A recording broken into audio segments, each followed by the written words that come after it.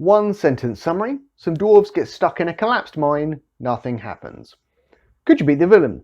Could I survive being stuck underground? Maybe. I would at least try and dig myself out, which the dwarves in this film do not try and do. How would you improve this film? The CGI dragon at the start of the film had nothing to do with the story, and that annoyed me. There are no dragons involved in this film, just like there are limited dragons available in the other films in this DVD box set. And also this is not the third one in the trilogy. It's a completely unrelated story set in a different land. That wound me up.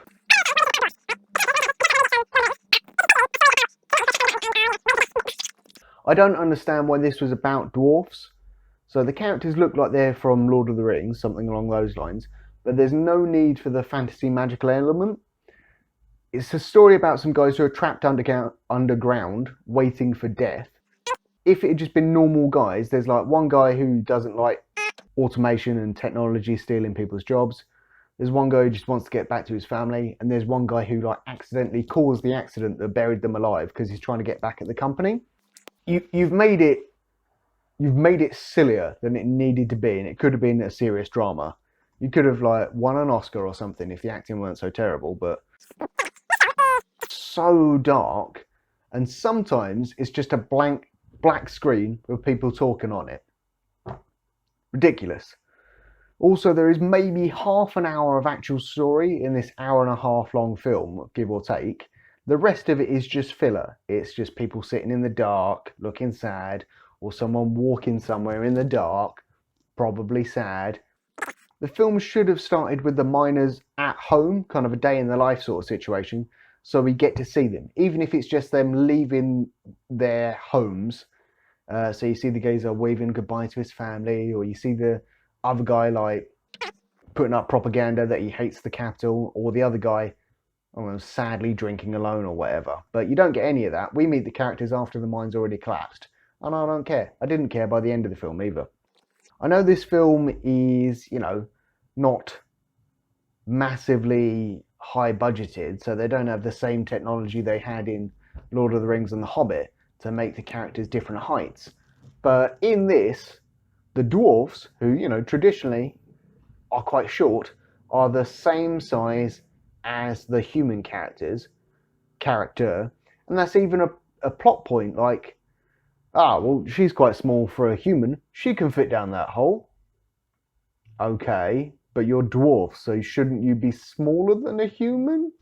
And the human character's wearing like a steampunky diving suit kind of thing. And unless I kind of tuned out, I don't know why. It doesn't ever say like, oh yeah, dwarfs, we can breathe less oxygen than humans, so that's why we're down there and they're not, sort of thing, or whatever. How old is the guy's mouse that's been with him ever since he started mining? And also, why does he have a mouse? Is it a bit like having a canary? What is the deal with the monster in this film? It didn't need to be there. It was just like, oh no, a scary thing in the dark. It said, it wasn't attacking us, it was just attacking the technology. Even if that is true and it doesn't want to kill the dwarves, why would it just let them take its eggs to eat? Doesn't make any sense.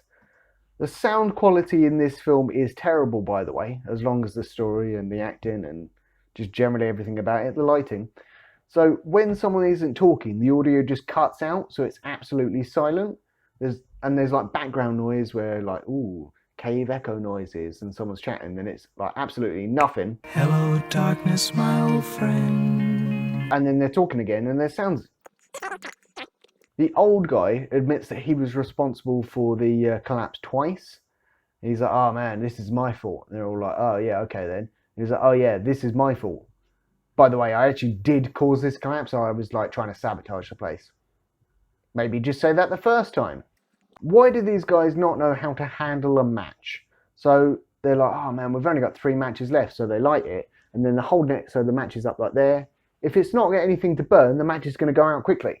And then it does, and then they light the next one and do the same thing. If you hold it like that, so the fire's like crackling along, or even like on the side, it's going to last more than 5 seconds. They deserve to die in the dark. Rating out of 5 beers. My expectations were low to this going in, and I was still disappointed. I would give this 5 beers out of 5. I read a review of this film whilst I was doing my research, and that person has been paid to watch this film and write the review because they're lying. Oh, it's good, it's drama, blah blah blah. No, I hate you, mysterious reviewer. The end.